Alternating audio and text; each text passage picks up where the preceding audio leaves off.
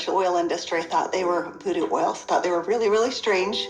It wasn't long before I started using oils on my kids, and I was amazed at what I was able to do and how it empowered me as a mom to take charge of my family's health care. So I was a huge skeptic. Parents were educators. My father's a professor of physics. So I just wasn't raised with anything but allopathic Western medicine. I learned over the years how effective they were and can be, especially if they're pure. After working 10 years in the essential oil industry, I found myself leaving for integrity purposes because I knew that essential oils had to be pure. The desire of my heart was just to go home and raise my children. And I hadn't been home very long before my husband came to me and said, "There's something more you're supposed to do." And as he said this to me, I actually was very angry with him because my heart said, I want to be home with my kids. And he said, "Sweetheart, you're not listening. There is something you're supposed to do with Dave and Dr. Hill with these oils." And I said, "What do you mean, these oils? I've tried all the essential oils out there. There's nothing that meets the quality standards our family needs to use for our health care." And he smiled at me and he said, "I know. You're supposed to find them. Stop thinking with your head and start thinking with your heart." And it was in that moment that I knew. It all came together, and I had such a grand vision of going out and finding the world's most pure, most potent essential oils and educating mothers like me how to take charge of their health care. So it was in that moment before fear took over that I picked up the phone and I called Dave. And Emily Wright called me at the time and just said, "What if we could go out and source the most pure essential oils on the planet and bring them to the world in a mainstream fashion?" And he got really emotional. And Dave doesn't get emotional. And actually it was that right then and there. That was the genesis for me. And I just kind of felt strongly like, yeah, we're going to start a company. So I hung up the phone with Dave. I picked up the phone and I called Dr. Hill. And as I called him, I still remember he kind of giggled.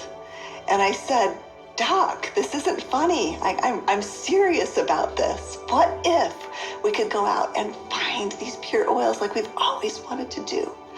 And what if we could educate people to really understand the power behind these oils?" And he said, "No, Emily, I'm not laughing because I think your idea is crazy.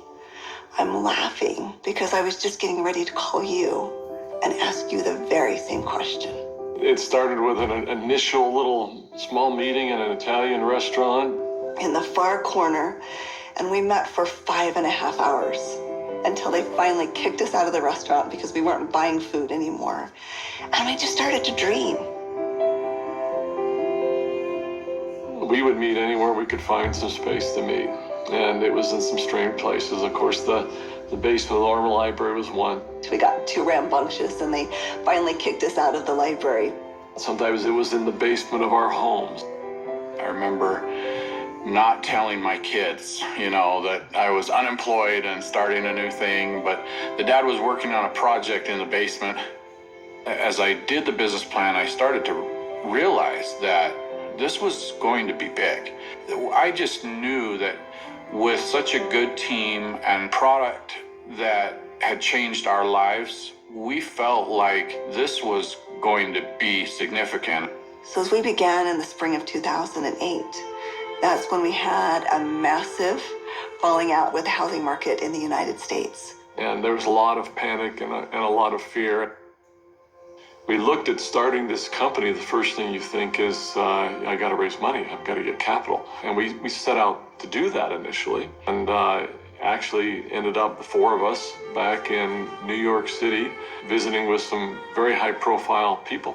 And as we gathered together that next morning at that conference table, and we've got, all of these Manhattan-style managers that are meeting with us, and they quizzed us for hours. Finally, at the end of the day, they looked at us and they said, "We believe that your business model is going to work. We believe that you will be successful, and we want to fund your venture. We'll give you $5 million. And we all, of course, felt extremely elated. They were willing to fund the company, but of course they were interested in 51% and control. And I just remember the feeling we had as we walked away from that conference table. And the four of us found ourselves in front of the Statue of Liberty. And I remember looking across the water. Almost as if on cue, as I recall, we all just grew somewhat silent. And as we looked out over the water, and I looked at the Statue of Liberty, what rung true to me is we're doing this to give people freedom. And if we take their money, we can't make people free. And we can't make this dream that we have a reality, because they'll never allow us to bring the quality of essential oils that we know we have to light. Because they'll be looking for an exit strategy, they'll be looking for a return on their investment, and that can't be part of the equation. I remember standing right next to Dave Stirling, and Dave looked at me and in kind of a somewhat shocking way, he asked me, "How much money do you have, Doc?" And I said, I don't know. And he said, "How much can you pull together?" And I said, "I don't know." And he asked each one of us in succession, and before we left the park that afternoon, we had made the decision that we were unable to take any resources from anybody, and instead, we would all leverage everything we have. We took the equity out of our homes, we cashed out 401ks, we liquidated everything we owned in order for this dream to come to fruition. And so as I expressed this to my wife, I remember very clearly, she just looked at me and said, "Well, I trust you. You'll take care of us, and we'll be fine." And we had family members even come to us to say, "You're foolish. Your family is going to be homeless." So we went all in, everything. We didn't hold anything back. We thought it would be for just a couple of months that we went without any income, but it was 13 months. Those final months, I mean, we're eating almonds and yogurt and telling our kids they can't go to dance practice and they can't play sports because we don't have enough money. But having that belief that it was all going to be worth it. And I remember a day that we had $5,000 left in our account. $5,000 because we just put together this big oil order. And we didn't know how we were going to make payroll. We didn't know how we were going to make commissions. And just to see how doors open every single time, as long as we continued to step forward, that doors open.